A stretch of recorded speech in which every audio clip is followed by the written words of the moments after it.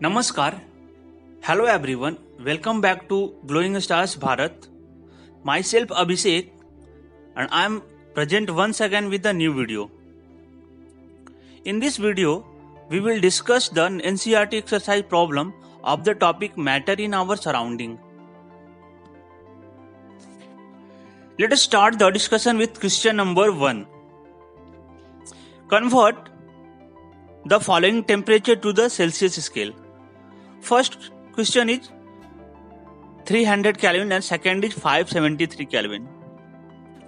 Dear friends, जैसा तो आप जानते हैं कि क्वेश्चन में दो पार्ट हैं और दोनों पार्ट में टेम्परेचर की वैल्यू अर्थात दोनों जो पार्ट हैं उनमें टेम्परेचर की वैल्यू केल्विन में दी गई है, अर्थात जो इसमें यूनिट का यूज किया गया है वो केल्विन है. So we have convert the same reading to degree Celsius. जैसे कि एक फॉर्मूला है कि temperature in degree Celsius equal to temperature in kelvin minus 273. अगर आपको टेम्परेचर इन डिग्री सेल्सियस निकालना है तो जो टेम्परेचर इन केल्विन दिया गया है उसमें से अगर आप 273 को माइनस कर देते हैं तो आपका जो वैल्यू है टेम्परेचर इन डिग्री सेल्सियस का निकल आएगा. सेम टू सेम अगर आपको टेम्परेचर इन केल्विन निकालना है तो आपका जितना टेम्परेचर डिग्री सेल्सियस में दिया हुआ है उसमें आप अगर प्लस 273 ऐड कर देते हैं तो आपको जो उसका वैल्यू है वो टेम्परेचर इन केल्विन में आ जाएगा.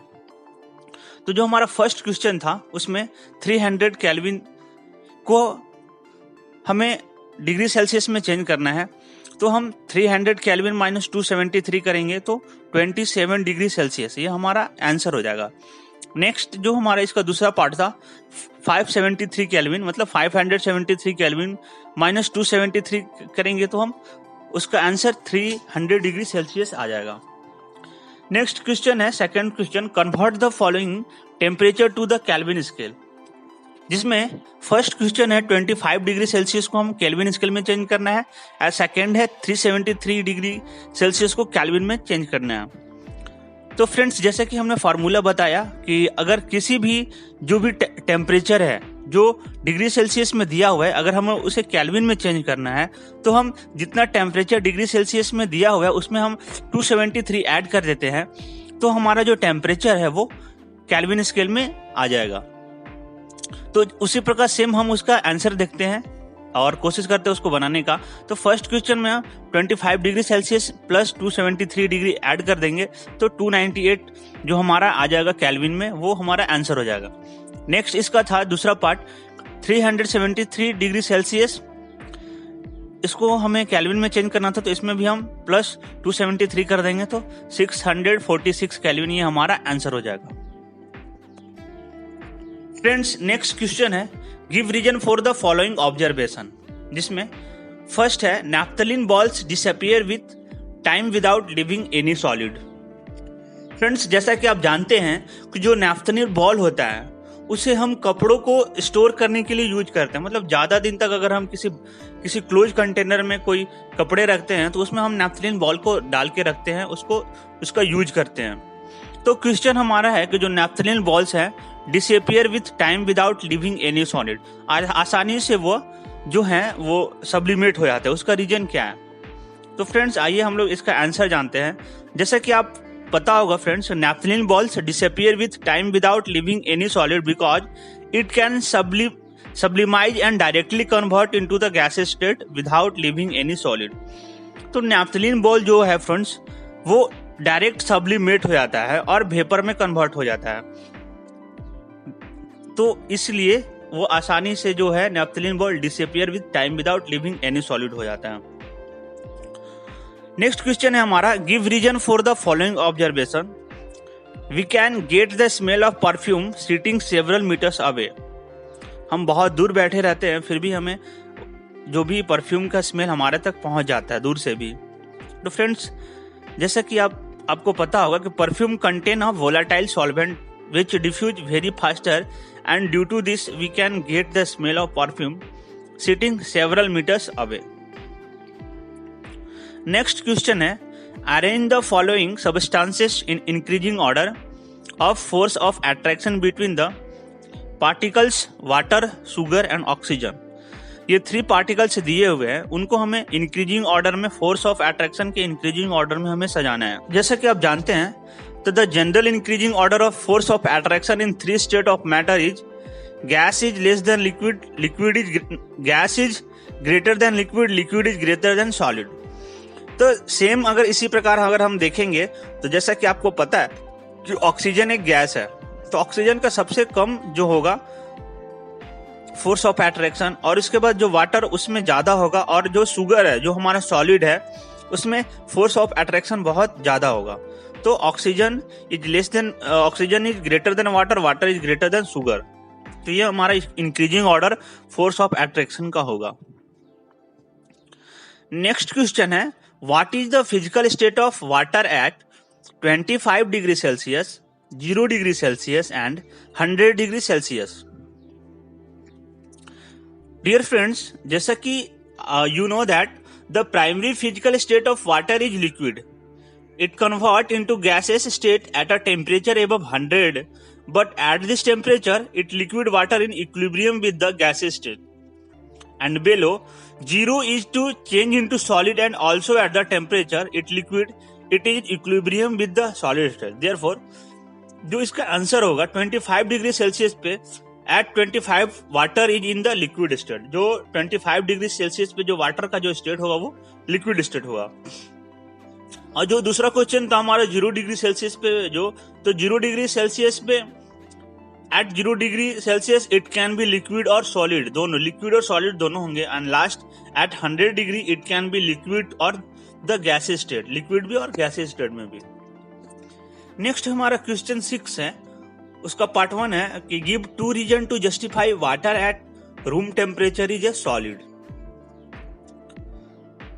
Dear friends, water at room temperature is liquid because first below 0 degree it convert to ice.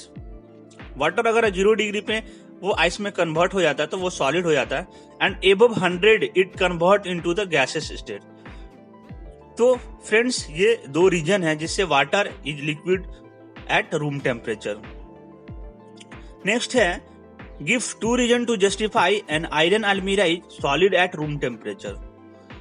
Friends, इसका आंसर देखते हैं हम लोग. तो an iron almirah is solid at room temperature because at room temperature it has definite shapes and boundaries. Also, it has a fixed volume. And second, the melting point of iron is much higher than room temperature. Next question 7 है, why is the ice at 273 Kelvin more effective in cooling than water at same temperature? Friends, at 273 Kelvin, ice can easily absorb more heat energy from the surrounding in the form of latent heat and overcome the fusion to become water. Water does not absorb the extra heat from the medium. Thus, the cooling effect of ice is more than water at the same temperature. Next question है question number 8, what produces more severe burns, boiling water और steam. इसका answer discuss करते हैं. Steam at 100 degree produces more severe burns. It is because extra heat is hidden in it called latent heat, whereas the boiling water does not have any this hidden heat. अगर दूसरे शब्दों में अगर इसका answer हम लोग करते हैं तो steam because steam has more kinetic energy than water because it absorb latent heat of vaporisation. Exercise का लास्ट क्वेश्चन क्वेश्चन नंबर 9 है.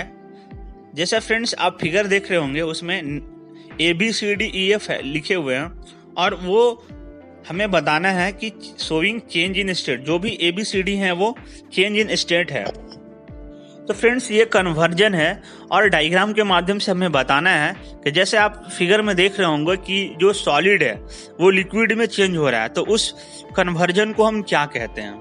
जो फ्रेंड्स जैसा कि आपको पता डायग्राम के माध्यम से हम लोग देख सकते हैं कि जो सॉलिड जब लिक्विड में कन्वर्ज हो रहा है तो वो मेल्टिंग प्रोसेस होगा. अगेन लिक्विड जब सॉलिड में होगा तो वो डी